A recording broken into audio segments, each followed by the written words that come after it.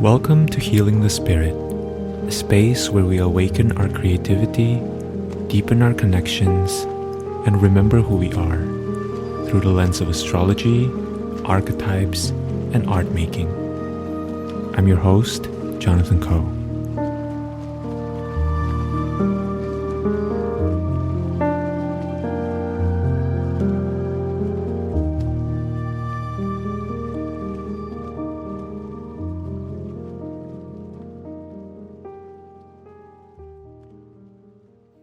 Hello everyone, welcome to Healing the Spirit and welcome to this episode. I just recorded the most gorgeous, powerful, I don't even have words for it, conversation with Marisa Michelson and Katie Dove, and they have a beautiful offering called HeartSong, and I wanted to talk to them about it. Marisa and I met during an Akashic mentorship with Leah Garza, and we instantly felt this kinship with one another. We felt this instant connection, and we started connecting a couple of times, and then Marisa told me that she has this collaboration coming up with Katie.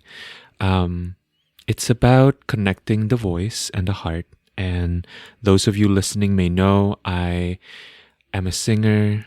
I love exploring the voice. I love exploring the heart. And so it was an instant yes for me to discuss with them about it. And I don't think I quite knew what to expect. I kind of went into this conversation with curiosity, openness, and yeah, just really having the intention of getting to know them, getting to know their story, and getting to know their work. You know, both Marisa and Katie are practitioners who are doing such amazing things, and I will leave it to them to describe in the conversation what it is that they do, but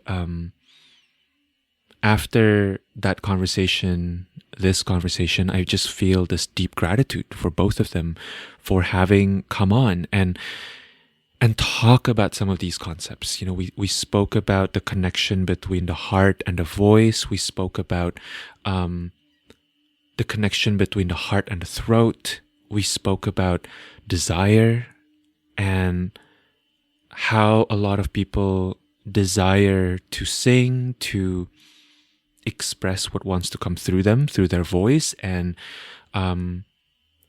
maybe feel a certain level of disconnection or distortion from that desire. We spoke about the distinction between desires and needs, and sprinkled in there, you'll get to know some aspects of Marisa's and Katie's and also my story with our voices. So without further ado, here is my conversation with Katie Dove and Marisa Michelson.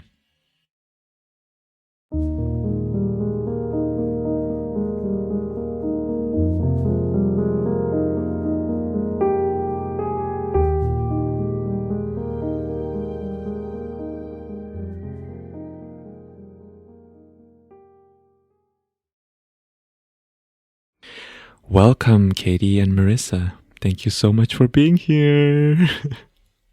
Yay. Thank you. Thank you so much. Yay.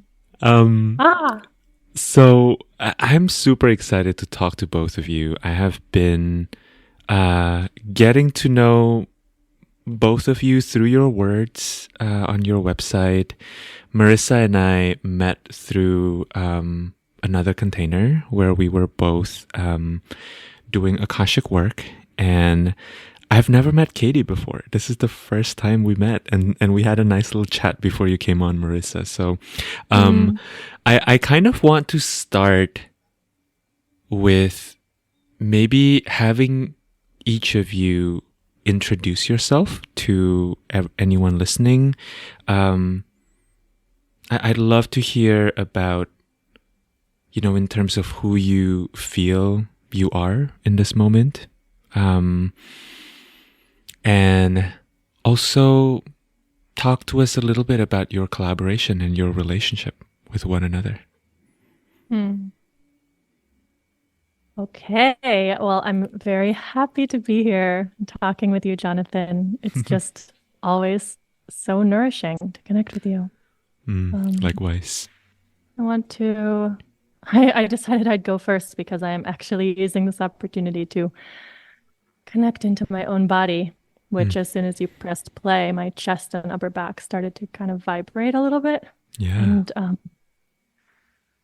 or when you pressed record, I am a singer.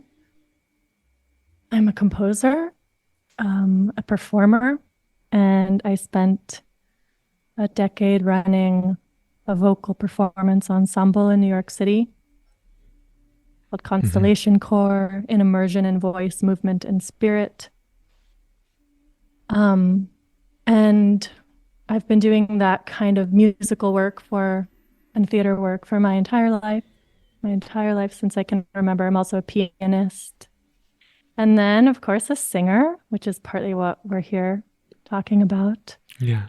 I started doing voice work through a particular lineage called libero canto about 20 years ago. And that work has informed everything about who I am as a musician, a composer, a teacher, a person, and it is eventually what led me to create what I'm now calling vocal de-armoring. And it's essentially an official offshoot of the Libero Canto School. And it's the work that I do in that context is incredibly enlivening and nourishing for the body and freeing of the breath, and also includes an element of what it is to be an artistic being on this earth. And that's true for people all the way from whether you're a new artist or a new singer, somebody who's just seeking to unlock those places inside you that are inherently expressive and can come out through voice, or whether you're someone who's been an artist for many years, a professional artist, a Broadway person, or an opera singer.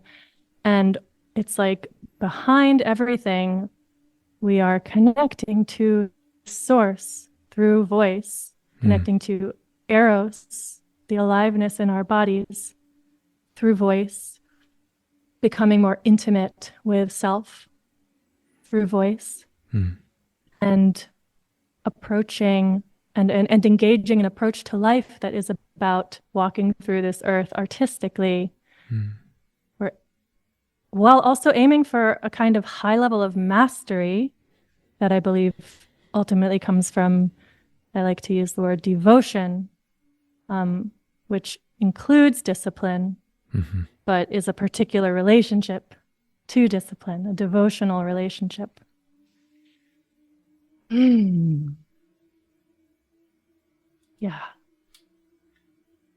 I mean, that's something I can start with about who I am. It's not all of who I am, it's something of who I am. That's so rich. I love it. I have like a million questions. But also I'm aware that, just to let listeners know, that was Marisa, because we don't have visuals. Yeah. Yes. So just so you know, that's Marisa's voice. And how about you, Katie? Do you want to introduce yourself? However feels right to you in this moment. Yeah.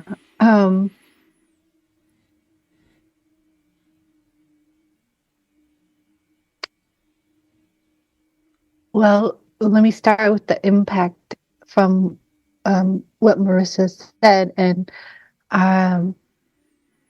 I am a devotee to something that I call that which moves. So for me, most of my life, I've apprenticed with this guidance. Since I was about 3, I feel I was conscious that there was something moving me, and I became over time more and more devoted to being of service to that movement. And so that movement has moved me into who I currently am. And in that case, in this context, I'm a teacher and a healer and a mystic and a mother and a student and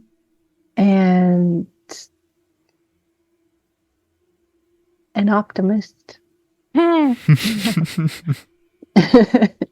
Wow. I think it's a time for us to use some of that devotion to focus on the beauty of what's available to us and what's coming, and to make sure that we don't get caught in the trap of what's in our face, because a lot of times what's in our face isn't actually what's real. Yeah. It's a distortion of our own translations based on woundings or belief systems. And so I like to remain optimistic that we all can kind of clear those lenses to see the beauty and actually what's unfolding. Yeah. And there is a future unfolding. Yeah. I felt both full and spacious hearing you both introduce yourself. And kind of the sense of coming home, which sounds so weird to my human self because I'm like, I think we've spoken once or twice, Marisa, and I think literally we met like 30 minutes ago, Katie. but so I understand from a human perspective that sounds like it doesn't make sense to my human brain, and also on a heart level I felt very connected to both of you through that introduction. It's like I recognize the kindred spiritedness. My words are failing me, but I think you know what I mean. I kind of want to say that, Jonathan, that I felt that way when we talked before. And I have a story that you are home and that you bring that out in a lot of people, actually. I've also, listened to your podcasts some, and I feel like the home quality is alive in your actual speaking voice and in the music, the piano music that plays that you created and your energy field. Yeah, I think you bring that out. Thank you. I appreciate that reflection because I think it's home is always very fraught for me in a sense, like in this lifetime.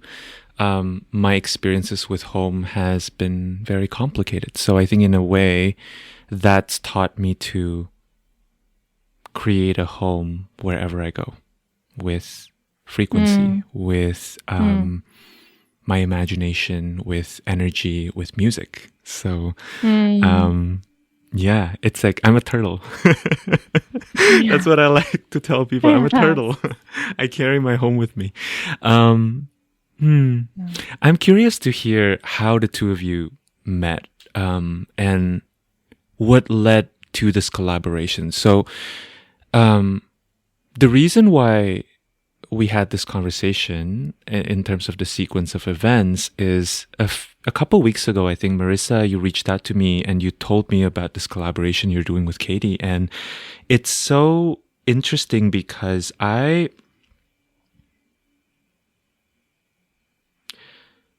never respond to people's solicitation for coming onto the podcast. Seriously. Like, this is the first one that I actually responded to. One, because I'm just a huge fan of you as a being, Marisa. Like, anything you I think short of telling me to like jump off a building, I would do it. There's something about you that I'm just like, yes, take me there. But also it was so interesting to watch myself kind of respond to your share about this collaboration, because immediately I didn't even go to the course page. I felt a yes.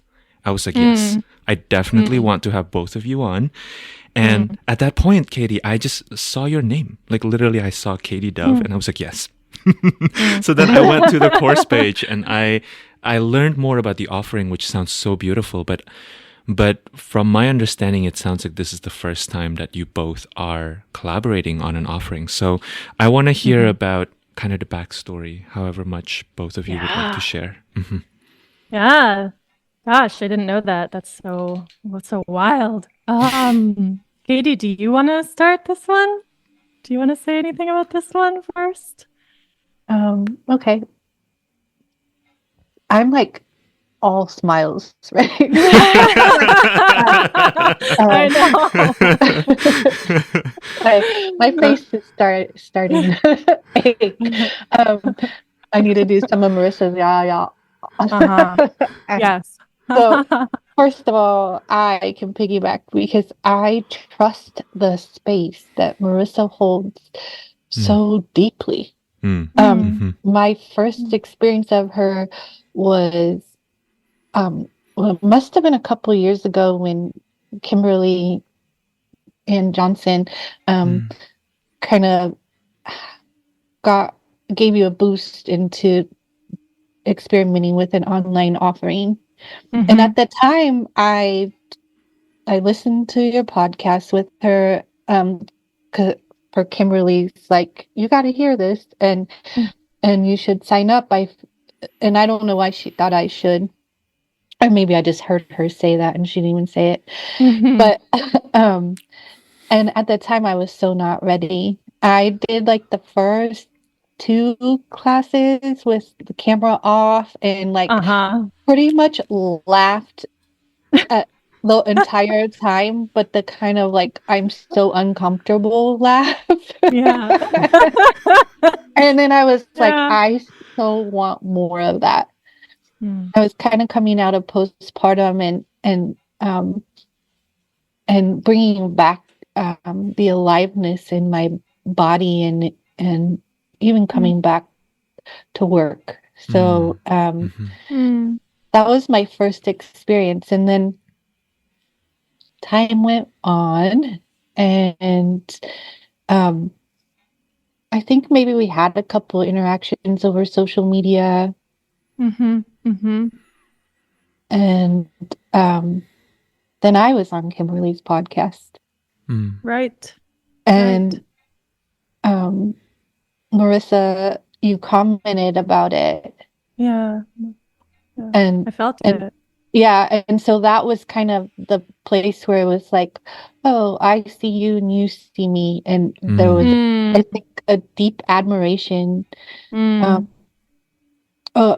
over each of our maybe authenticity and the way that our, it's like, I see it as like we all have a lot of tools in our bag that we've been gathering at this point. And so I was in awe of your gathering and your synthesizing and coalescing of what you've gathered. Yeah.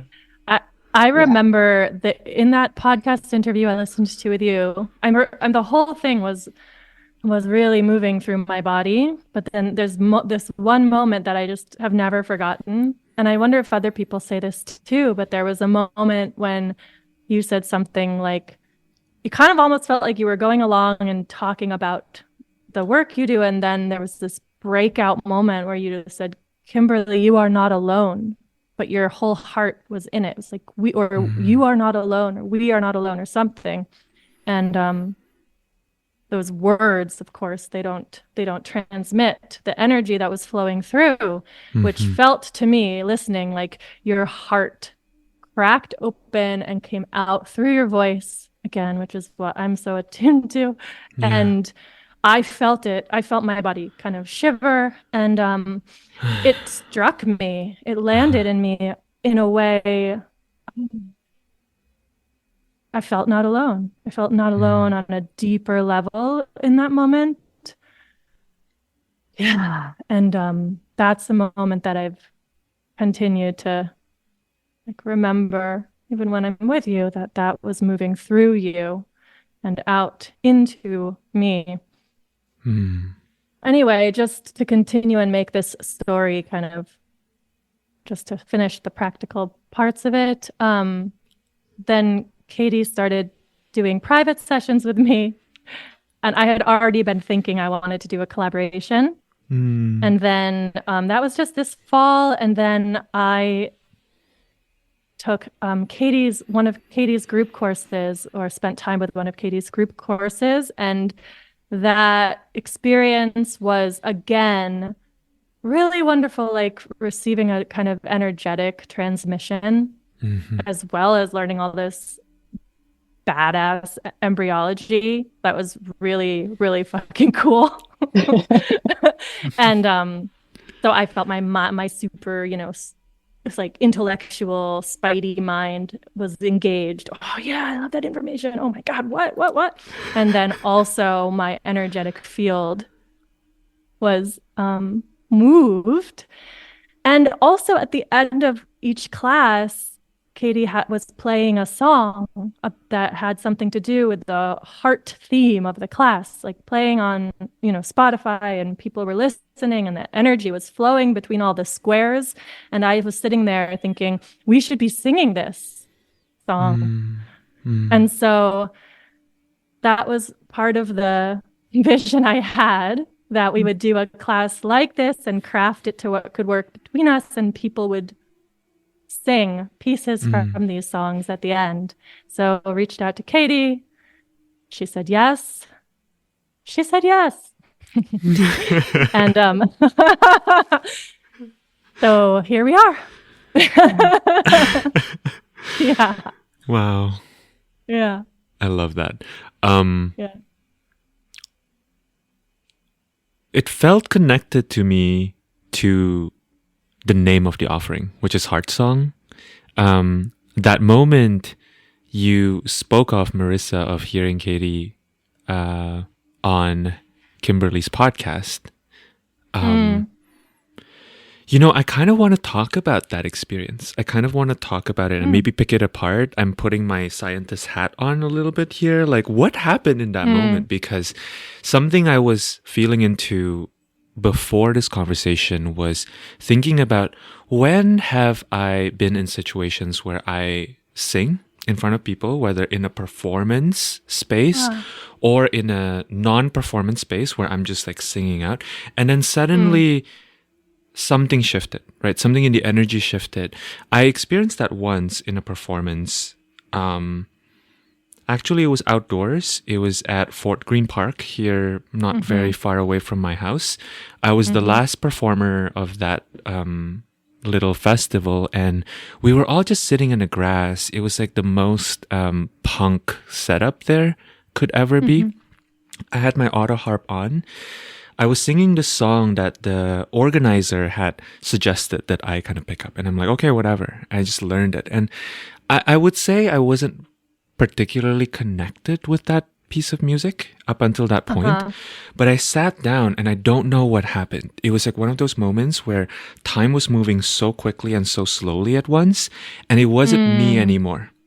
I was connected to this bigger field, and the voice, I don't know how that performance went. Everybody was mesmerized. It seems like I was mesmerized by everybody too, and we were just all in this connectedness. And it's almost like the voice and all the practice that I've engaged with up to that moment was just decoration. Like it was just like, okay, we gotta be here, right? We gotta create this container. The container of time is created through the duration of the song, but that wasn't even the point. Like the point was this connection that we all had with one another. That's my version of it, but that was what it reminded me of, Marisa, when you were talking about that moment when Katie was on Kimberly's podcast. And I'm curious to hear from you both your thoughts and your experience, your stipulation about what actually happened in those moments.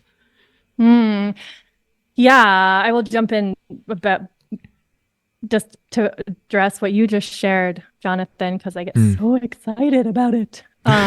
Which is that, first of all, I love the word decoration.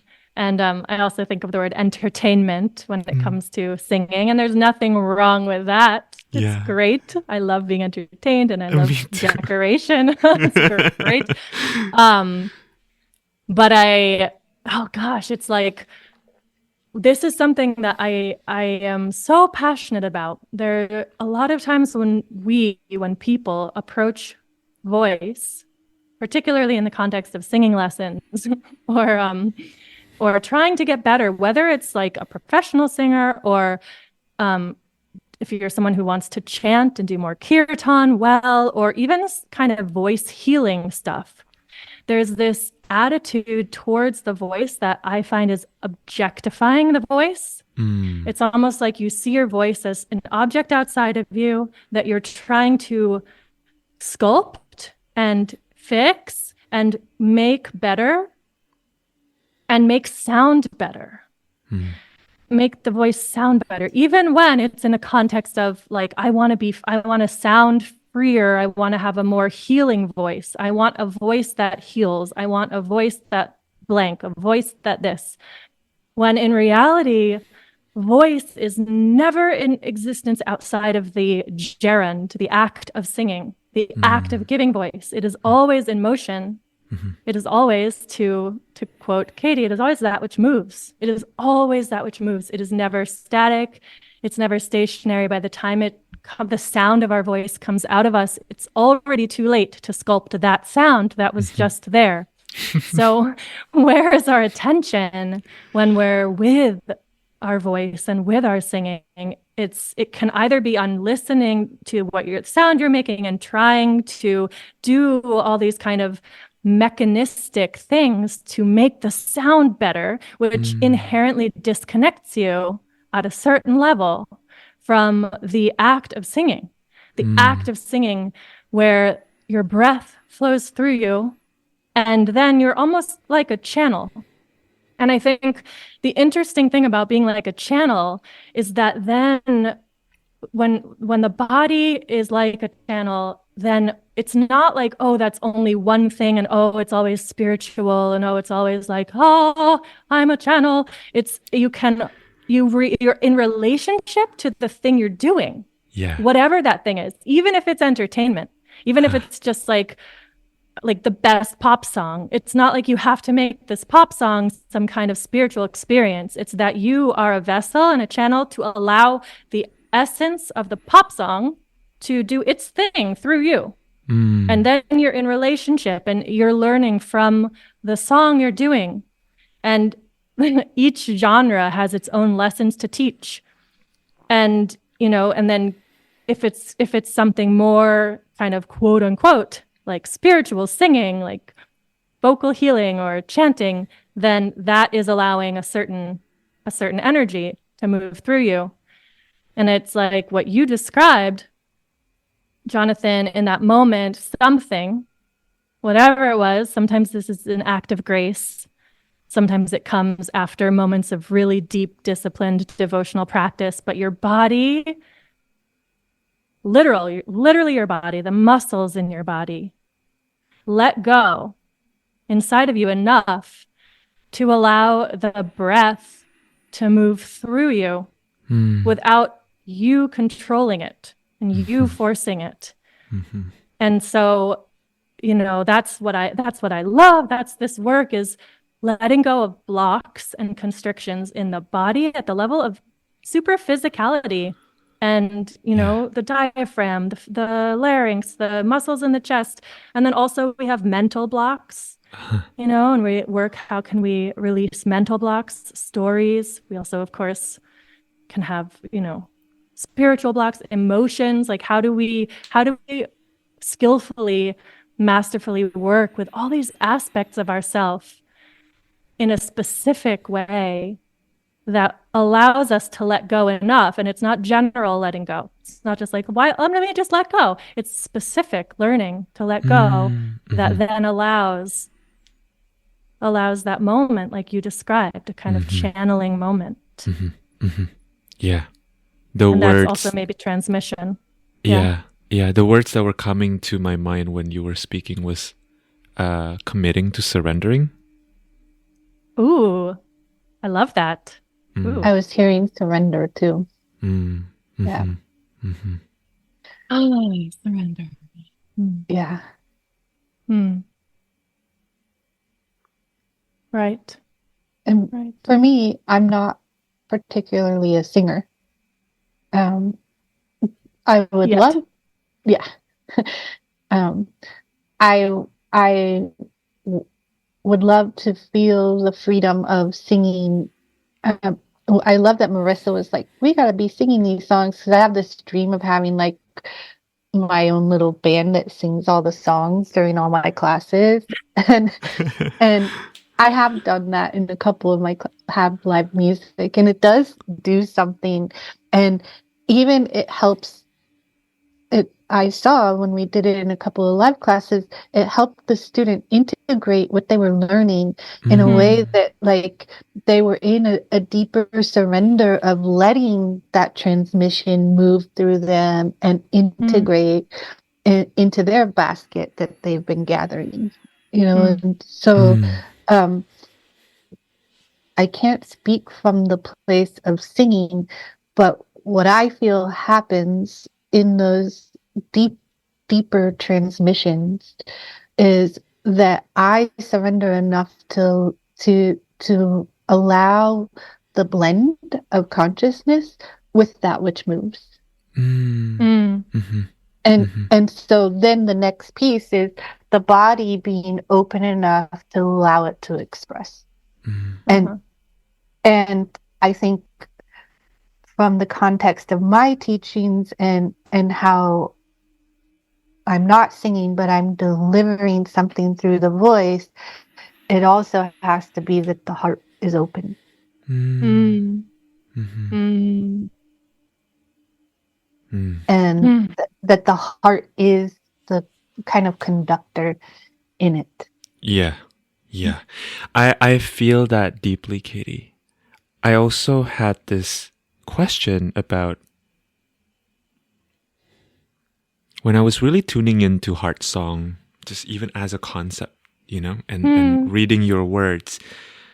What I was curious about was there was something about it that was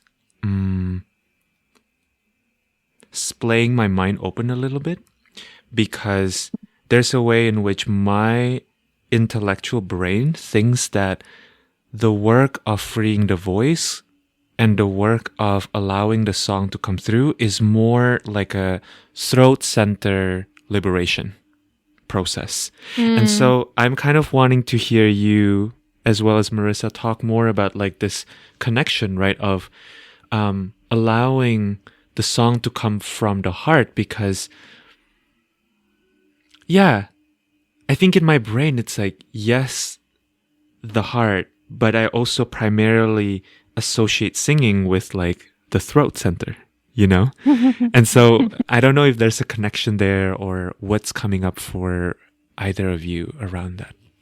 I can start with one place if we go into the intellect. If you think about all the things that the heart is facilitating for the body, it's facilitating the movement of fluid through the body, and so the fluidness of the throat, of the structures of the fascia that's creating the structure of the throat, And so, and there's a rhythm within the heart that also is a rhythm that's in your own voice. It's like, and then in the embryology, the heart actually forms on top of the mouth. So when we say speaking from the heart, we literally began that way with the heart on top of the mouth, and the brain way behind. And at a certain point, the heart makes this migration or this dip, and the mouth comes toward the front of the face, and the brain comes forward, and the heart is here in the center. And so the head and is also following the heart. I didn't know that. Isn't that beautiful? It's crazy. So there's a cellular memory. There's a connection between the heart and the structure of the mouth and the entire mechanism for singing. I find this really fascinating. This is something I learned in Katie's class. I did not know. I will say that when we are singing, when our bodies are formed like they are now, then the diaphragm actually lifts the heart. And the diaphragm, which is the leader of all that is when we make voice, when we give voice or sing, what we're wanting to have happen and what often honestly does not happen when we have a lot of constriction in our bodies, and when we're tight and holding and pushing and pulling from certain more external muscles, then that actually ends up inhibiting the movement of the diaphragm. And so, and this is simplified, but as we're softening, you could say, these more external, larger muscles in our bodies, then that's when our diaphragm can take on the role it's meant to, which is breathing out, breathing in, breathing out. And there is no singing without breathing. And in particular, without breathing out. You can also breathe in and do different kinds of singing that way, if you want. But the idea is that our diaphragm can learn to tone more and become more and more flexible and have more options available to its movement, quite literally. And when that happens, it can also lift higher inside of the body, lift higher inside of the chest, and that lifting movement connects more truly and fully, literally, to the heart. Yeah. Yeah, which, and then if you want to also connect into the channel of the throat and where singing, comes from, it's the diaphragm, it's lifting, the breath is moving up the center of the body and out through the throat. And we want there to be less and less obstruction of that open channel, the literal channel in the body, and less holding from our throats or holding in our chests. And that creates that more literal direct experience of breathing out, which is connected to that channeling state that we've already talked about, because the whole experience is more direct. It's from imagination, hearing of the music, connecting to the impulse directly to the diaphragm and out, rather than having an idea coming in, getting in its way, trying to control it, make it something else, trying to get it out in the right way, which, is not the same as that more direct, literally from the brain, imagination impulse goes into the diaphragm. Yeah. Yeah. It's so exciting to talk about. I'm a little bit stunned, Marisa, because I had this moment, and I'm gonna go there with both of you. I had this moment. Marisa and I are both would you say you're conservatory trained, Marisa? You are, right? Yes, yes. Yeah, yeah. Because I was also trained in the conservatory, and I wasn't a singer. I didn't train to be a singer. I trained to be a pianist, but there was kind of a. It kind of feels to me like the quote unquote mainstream music education is so dead in some ways. Oh, like yeah. it's so there's Horrible. kind of this mechanistic approach to like this is how Yeah. you're going to be able to be a performer, you know. And Right. when you were speaking, I was reminded of how dead my relationship with music felt at the end of my conservatory training, which kind of told me, because I was thinking after my master's, should I go into PhD? And I was like, absolutely not, because I'm actually going to die in this environment, Yeah. you know. And I had to, Yeah. like, I had to get out of the whole environment. It's only recently, I think, that I've started to kind of come back to it. The past 4 years, I've been taking voice lessons with a teacher I dearly love and who has really helped me kind of facilitate myself back into my voice. But it's such a slow process because there's also all these other things happening. But yeah, I think as both of you were speaking, what's becoming apparent to me is the way in which we often see the voice, or even just thinking about like singers singing,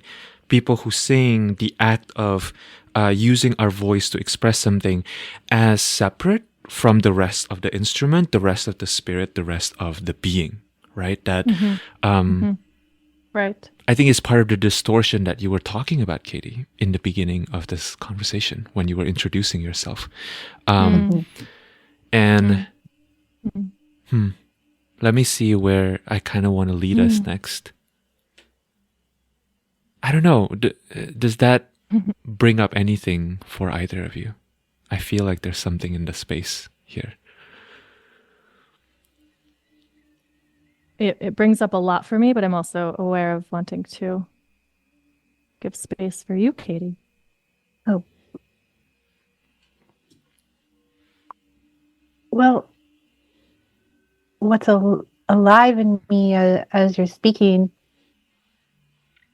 is, I think, a lot of what was passing through me as you were talking, Jonathan, was like, I didn't do conservatory, but I did a lot of schooling, and I usually was following a passion, and after a little while, my passion died, and I would veer and switch, and I thought like that it was something about me, but I'm actually really devotion and commitment are two of my favorite words and favorite kind of like Shakti energy. It's an energy field, right? And it's like, so I questioned that in my early 20s as I just kept changing direction. And it was like, well, every time I follow a passion in that environment, it's just kind of crushed. And the point that I think I was able to stick, one was when I actually fell into the line of that was more of my dharma, because I was, a photojournalism major, and I was a women's studies major, and then I'm 6 classes away from being a park ranger. Like, there's a lot of history there, but all those things were like taking me places until I landed in the place of being in the healing arts, and those things actually fed into that. But it was, so one, it was about finding the right stream to follow, but two, it wasn't until I actually was inhabiting my own heart and I was keeping that alive in myself that I could stay devoted, and that it became not bigger than my own passion or interest. It was a desire, and to me, desire is like also up there in the top 3 words with commitment and devotion, because desire is creation. Nothing is created. Everything is created out of desire. Everything. That energy, like I use devotion and discipline and determination. Those energies are the pathway to the manifestation of those desires, and that's held in the heart, and I had to learn to stay there in my own devotional inhabited space in order that it didn't become dead to me. Then it's actually giving me life.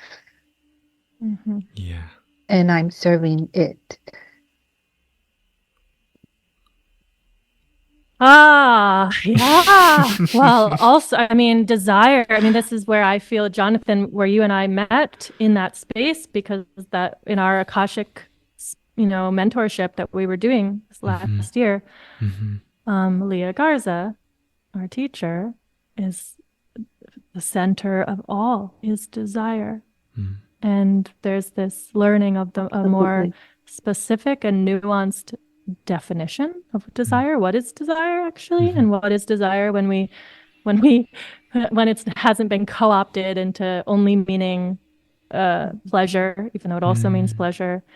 And when it hasn't been also co-opted to mean super selfish, like my desire only, but that the energy of desire itself is, like you said, the energy of creation. And I feel the same. I wrote a piece. It was my favorite piece, I think, in a way, that I ever wrote, called The Desire Divinity Project, about the connection between Eros and God, for lack of a better word, and how desire fuels all. Desire fuels all when we are not attached. It's not about the attachment to the outcome. It's about walking the road of desire, living in the flowing energy of the desire, committing, devoting to that energy of desire, just because that's life. Not like, oh, my desire will lead me here or here. Maybe or maybe not, but that is what is fueling all. I didn't know. It's fun to talk about that because we haven't talked about that before. So I so agree. And part of what I think happens in the wounding is we get desire mixed up with need, and then we're afraid to desire because there's so much wound about unmet needs. And it's like, no, like you can't stop your heart's desire because of a fear of, it's like it's 2 totally different levels, but our mind and our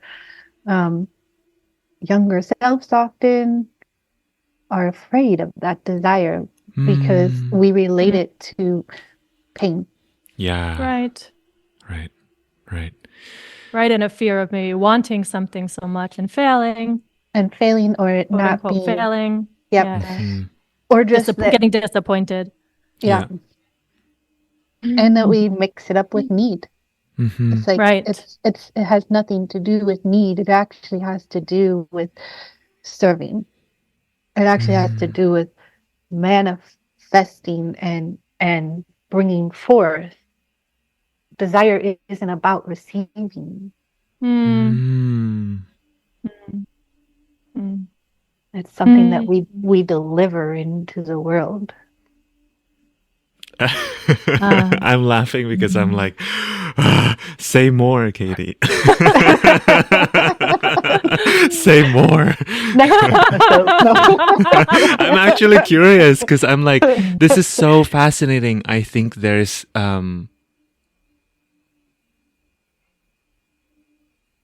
I have so many questions, but I think the best question is like, say more. Put more words out there about this distinction between desire and need, because I don't think most people understand that on a conceptual level. I don't think that most of us do. I think also you said it earlier, like we're told not to have desires, and then like we can even go to the place of not being desirable. Like as women, there was a time in my life where like I did not want to be desirable, which was like I was hiding. And this is super nuanced. I was hiding from the world, but I wasn't hiding me. I was hiding that which wanted to come out into the world and be alive. Yeah. And it takes a courageous heart to allow that authentic expression of that which moves to be moved particularly specifically through your song. Like we each have, if we're gonna go, and it's like we each have this song, and the song is a song of desire. It's a love song, the greatest love song. And that is what, when I teach this class, Inhabit the Heart, that is part of the merging with Marisa's work, where we're trying to coalesce this. It's like that place in the heart where desire comes from. If a doctor did surgery on you and touched that place, you die instantly. It's like the holy of holies, this place in our heart. It's an empty space in the middle of it all. Ah. And why sometimes wouldn't we want to hide that or protect that from the world? But what happens is we cut ourselves off from it too. Yeah. And then we're not alive in the world. We're living, but we're not alive in the world.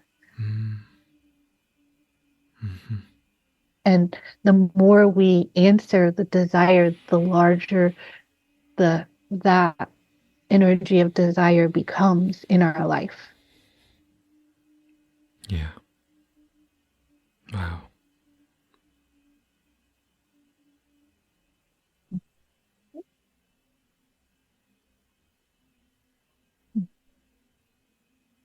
I don't want to break that silence, but I feel simultaneously so much grief around it, and also I don't know what it is, but I do feel the grief. I can locate the grief. I can also locate the opening. You know, it's kind of like a crack that hasn't allowed the light to come in yet, but it has that potential. You know, that's how it feels like hearing you share that. I think a lot of people walk through this world. You could call it grief or a deep sorrow. Grief means that I think you kind of know what you're missing. And I think sorrow can be elusive. There's like a feeling of sorrow because something's missing, but you don't know what it is. Right. Is that what it feels like for you, Jonathan? I was curious. Is it that you have this that thinking or connecting about desire in this way brings up grief or sorrow? Yeah, I think because it's elusive. This is how it's feeling for me in my specific vessel or instrument. I think that the grief feels like it's mine. The sorrow I have for humanity, and I don't know how to contextualize it because it's not mine. And I don't think it's my job to contextualize it. It's my job to locate it within myself and translate it into grief that I can understand. And I think the sorrow is part of aliveness. The sorrow to me is part of being this is taking me back to the moment I was sharing with you earlier, Marisa, about that experience of performing. And you know, the ecstaticness of being connected with everyone. This is the flip side of that, right? Like this is the minor key version of that. Yeah. It's kind of what it's feeling Right. like for me. Yeah. Right. Right. Right. It just brings to mind somehow for me hearing you share that, Jonathan. And of course, you brought in the minor key, and I often think of dissonance and how beautiful musical dissonance is, how necessary that in the space of desire is also, I mean, all kinds of emotions. It's not one emotion. And in the space of the heart, there's not just one emotion. And maybe, I don't know actually if you ever get this, Katie, but what's coming to me in the moment is sometimes when people think of connecting to the heart or going into a space that's about the heart, you might imagine we're going to come sing and just feel good. At the end of each class that we're going to be doing, for example, to feel more loving towards, more like loving and happy. And that's not actually necessarily the case, even though I think in this specific container, especially given the songs that we're going to choose, there will be some more of an emphasis. We're not going and doing primal screams. That's not the container. And I have my own very strong opinions about that anyway. But which I'll talk about another time, which I really will, though I really want to so badly. But so the songs that we're doing, they are intended. They're loving. They have an energy of lovingness in them. But that, and this is also what I love about the voice, is it when you drop and let go in the body, then whatever's present in your body starts to emerge and flow. And that might be the grief, or it might be, I don't know, anger. It could be anything. It could be a whole cocktail of things we can't identify clearly. And that process of being with what is, just like you said, is also aliveness. And is also connecting more deeply to our own hearts. But I also say that just because I think there's like when I'm tuning in right now into the field of our class, I'm finding this space of edginess as well, like edginess there, like depth and like a different texture.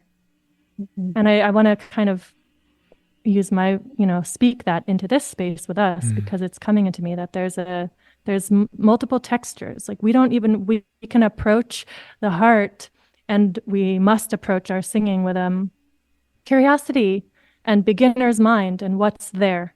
And then allow that to be revealed to us in real time again and again, over and over, which ties right back to me to this idea of not objectifying our voice or objectifying an outcome, but learning with skill to live into the unfolding process of life, force, energy.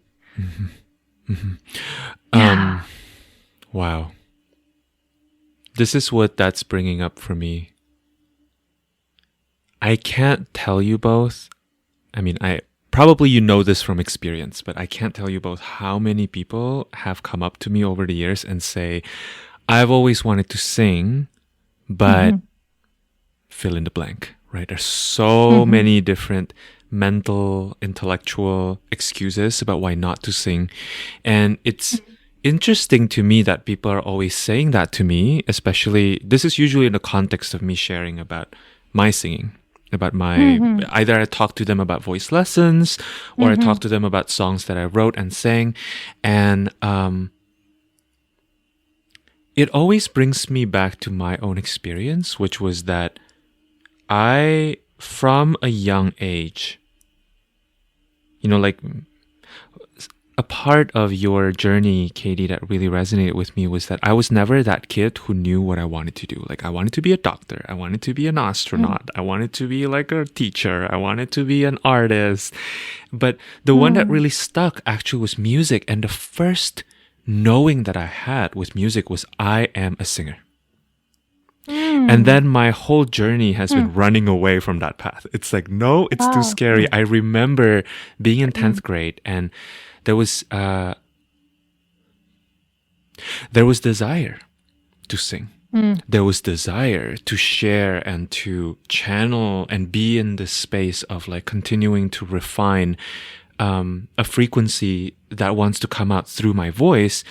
And then I remember at the end of 10th grade, one of the performances that I was in was filmed, and I received an award at the end of 10th grade.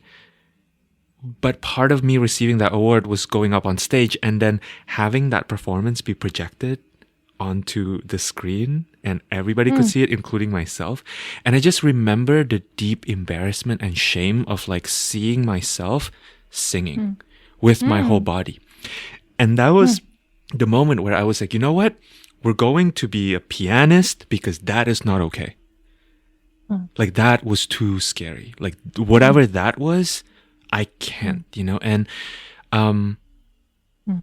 last year, sometime in the summer, I had a moment with my voice teacher where I broke down.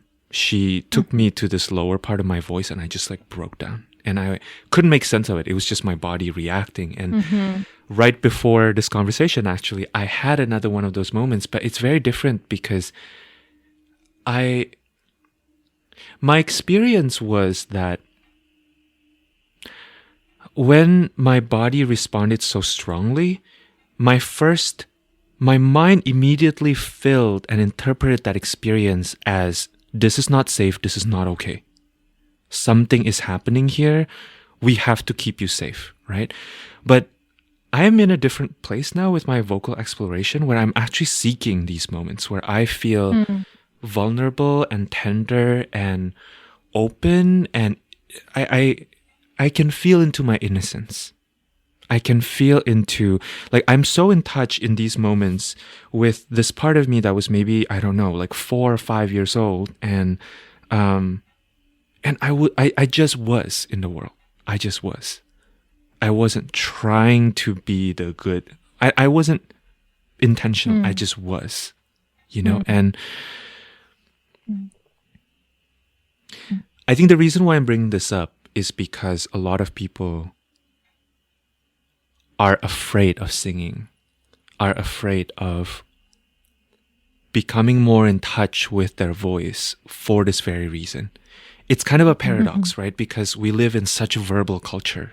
You know, those of us who live in the United States, it's like, is there a more chatty or like talkative culture than ours? You know, like every time I travel to other parts of the world, like we are the most verbal people I've ever seen. I've never encountered a more verbal culture. Like we're so many words, you know, and yet there's also fear in kind of going into that part of us singing. And there's also so much, like we put people who can sing on a pedestal. So I don't know. I don't have a question, but I think I want to hear what's coming up for both of you from everything I've shared.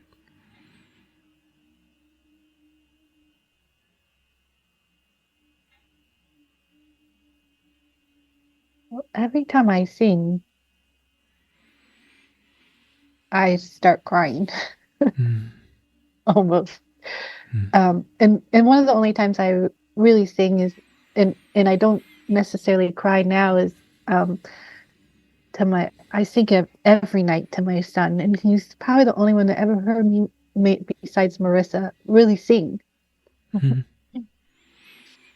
Um, and there's a vulnerability, there's such a vulnerability. Singing is it, it's like being seen.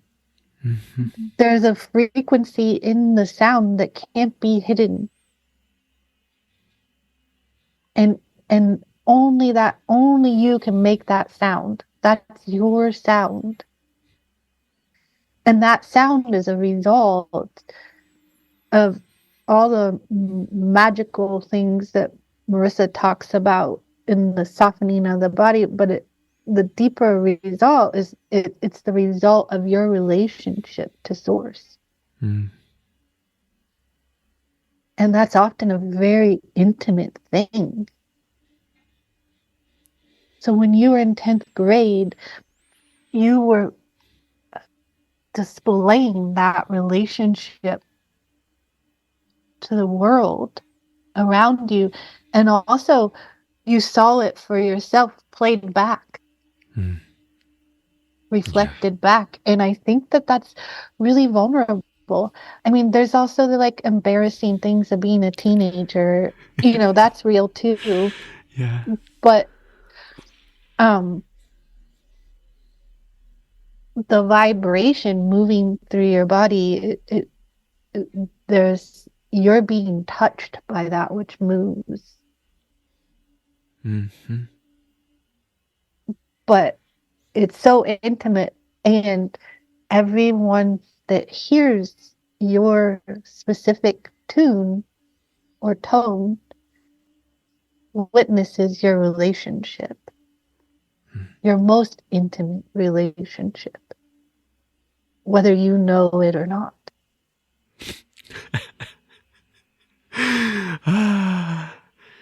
I don't know how else to respond but to like laugh and cry at the same time. But yeah, I think the reason why my body's responding like that, Katie, is because you pluck the string of truth there, you know? Mm-hmm. It feels like lifetimes of fears, I think, for a lot of us. Yeah. Mm-hmm. Mm-hmm. Mm-hmm. That's why I admire Marisa, because she brings us back into that place where there's no shame around that intimacy and that relationship with Mm-hmm. ourselves and with the world outside of us and with that which is moving through us. And Marisa, you connect those things in a fun way. It's very fun. It's so fun. You have not worked with Marisa. Yeah. It is so fun. It's really fun. Well, it's so fun, deep. fun and deep. Yeah. And I think fun, playful, because Yeah. in a way that playful energy is part of the teacher energy. Yeah. And delight, play, joy, laughter, enjoyment, that is part of the teacher, literally, of training the body. And also the nervous system, connecting how we even think of what it is to give voice. If we do that in a space where sometimes we're joyful, it's quite simple, and playing, then we're actually training our bodies that singing is joyful and it is playing. Yeah. And of course, then everything you both are talking about, that's extremely vulnerable in a culture where we are in the United States and North America hiding a lot and trying to present an image. And I think this is where it comes into connection with what I said at the beginning about crafting the voice from an image perspective, where that's safer. That's safer you're less seen. Because you're playing a character. You're playing a character. And again, there's nothing wrong with that. It's actually part of play. But I think the piece of it that isn't what I'm interested in is where that is the central piece. That's the main piece. Playing a character is the only way to connect to voice. And in fact, if we learn to connect to source with our breath and our voice, then that becomes the center. And from there, we can go do whatever we want. We can play characters, we can belt, we can, riff, we can sing gently, but we're always coming back to, at the center of all of it is this living, alive, quite vulnerable connection to our own life force and being heard and being seen in that. I was thinking, I think this is true. This has come to me now twice from you both talking about your stories.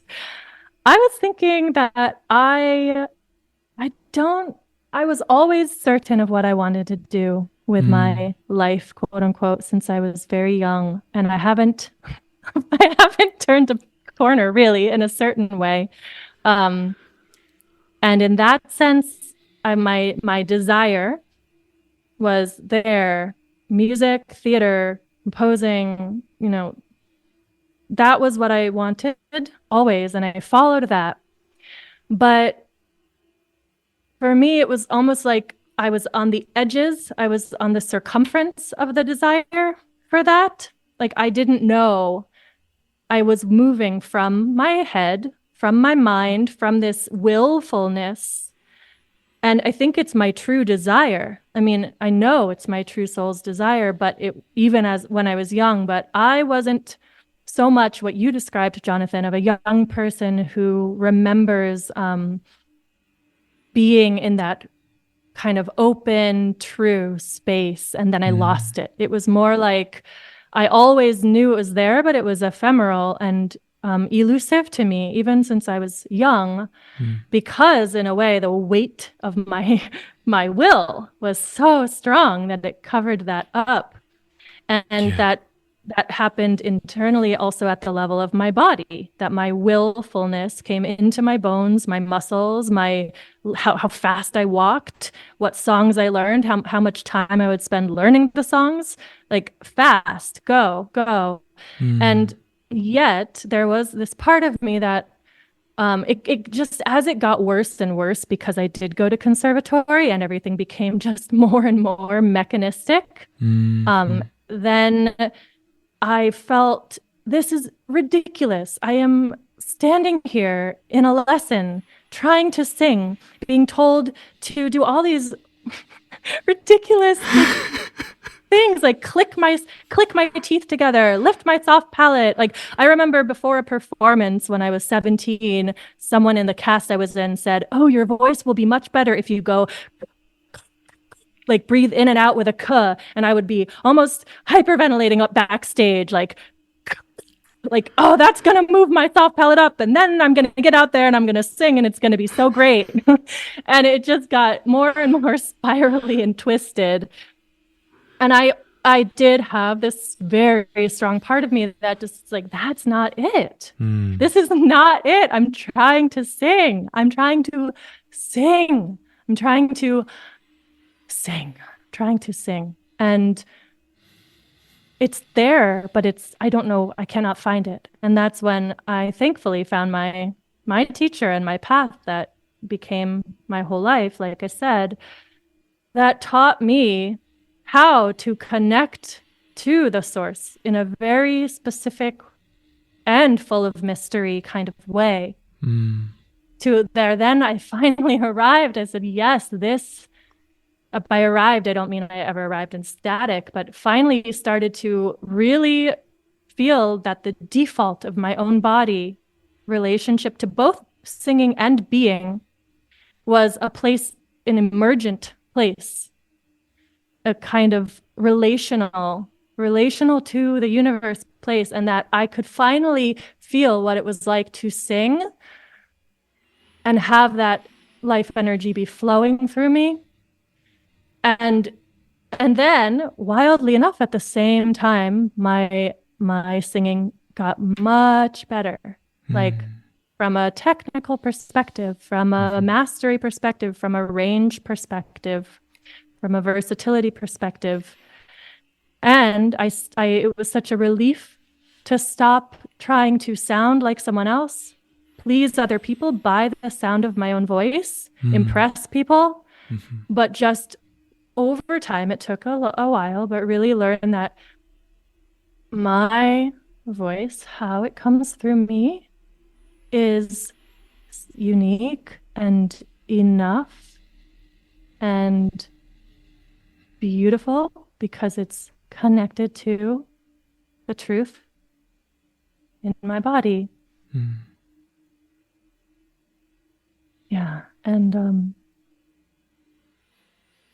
along the way, and it continues because I'm still a student of this work, that process has had so many repercussions into all areas of my life because it took years to feel comfortable being seen and heard with all of my sweetness. Like there's a lot of sweetness in my personal singing voice, and I used to fight against that. I wanted to be tough and like I hope people think I'm tough and like badass and and not be really seen as this kind of sweet spirit that is in me. It feels so vulnerable and kind of scary, and like there's no protection there. And but that's just one example of the way that this process moved me and has taught me as a person as well as a singer and musician to embrace and be with and accept these different parts of myself. When I hear you say that, the word, I just think like you're this poster child for liberation. Like I hear this word liberation, like the whole story was about this liberation, and it's like of you, but everyone that you sing with and to, you're singing a message of liberation. And I know that I feel that when we work one-on-one with one another. And I think we're liberating ourselves, and we're also liberating source. Oh, that's gorgeous. So thank you for being that. Thank you. I love this conversation so much. I can literally hold you both hostage for like 3 days and 3 nights straight, but I want to bring us to a close, and I'm curious if there's anything else that want to be spoken in the space before we transition into logistics about HeartSong.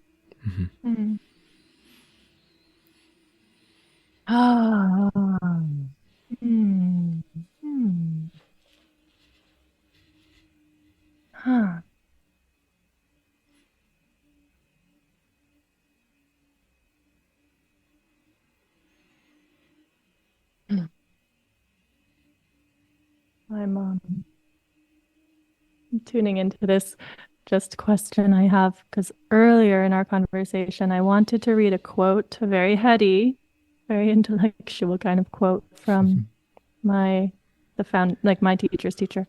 I'm not sure if it's relevant right now. What is really alive in me is just gratitude for this conversation and for the home space that you weave, Jonathan, in your conversations. And also the great fun of this is the first time Katie and I, like we said, have done this. I don't know if we announced that before, but we have not talked about this class together and not ever had a conversation with anyone else together. And it's so great. I really appreciate. I feel like I learned so much even about our course. And me too. Yeah. It's gonna be really good. I know. I'm gonna sign up. I take it. Yeah. Oh, it feels great to be calling it in Yeah. I think I won't share that quote, but I'll leave it as a mystery. And if anyone listening has felt really drawn, like, what was she going to say? What is that quote? Then you can reach out to me and ask, and I'll tell you. Amazing. Anything from you, Katie? Oh, I feel like I'm left here in overflow from this conversation and the mastery of the space you've created, Jonathan, for conversations like this to just be in the unfolding. And that's just powerful and valuable to me, that there are spaces where we can just honor the unfolding and what keeps grabbing me is like Marissa's first thing about like not co-opting or like forming the voice into something, or I forget the word you used, and Objectifying. And I think that we objectify so much, and I feel so full from a conversation that feels like there wasn't any there's like this idea that we have this course coming up, like a reason, but there's like no goal except discovery. And that leaves me really full and curious. Thank you, Katie. To me, the course was an excuse to have this conversation. It was an excuse. And I also want to reflect back to both of you that I so deeply appreciate you both perceiving this space in that home frequency and allowing yourselves to like take off your shoes and be here with me. Because doing this podcast, that's not always the case, right? Like, to me, that really speaks to how both of you together and individually have also walked this path of de-armoring, to use your phrasing, Marisa, because to be in the presence of maybe someone who's not a complete stranger, but someone who you haven't kind of had the chance to build that deep relationship with rich history with, and to let yourself kind of allow, as you would say, Katie, whatever wants to move through you to come through is a skill. And both of you are so receptive to that invitation and ravenous to letting it kind of come through you. So I deeply appreciate this space we've created. And both of you have to come back. Like, we have to create either the three of us or, individually. I would love to continue being in conversations with both of you because, me too. Yeah, this space felt like magic to me. So, thank you. 1,000 yeses.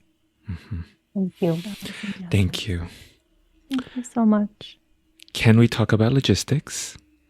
Can you talk about when the course starts? Anything that folks listening need to know about the class. Starts on February 14th. It's 5 weeks, 5 Wednesdays. And I think when you go to the course page, you can read what each Wednesday, the theme. I don't know if you have it in front of you, Katie, but I was gonna write it down, but yeah. 5 Wednesdays, and and it's on Zoom. On Zoom. And it's recorded. So if you can't come live, I have a feeling you'll get a lot out of it, whether you come live or not. I think so too. I actually didn't do your class live. I did it recorded, and I got that transmission that way. Yeah.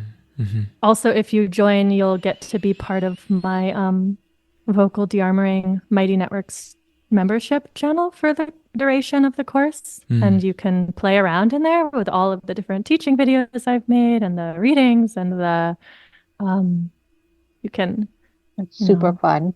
watch. You can sneakily read all of the conversations, and you can respond if you feel called and share, or you can just lurk and enjoy all of the profound insights of the people in the community. Yeah. It's logistics. What's the website? It's through Katie's website. Yeah. So I have it would all be the like, show Okay. notes. Yeah, I have all the links in the show notes. Yeah. So Great. if folks are attracted to this experience with Katie and Marisa, check out the links and feel into it. Yeah. Yeah. And you don't have to be a singer. I think we touched on that, right? It's like, this is actually a really safe place to listen to that longing and respond to that longing without an expectation that after 5 weeks you're going to be a singer. Right. That you've maybe recovered that song can live again in your heart. Yes. Yes. Beautiful. Yes. Thank you both. This is truly such a gift for me for the podcast, and I honor your devotion, your commitment, and your creativity in this world. So thank you. Thanks for having us, Jonathan. Yeah. Thank you so much. Yeah.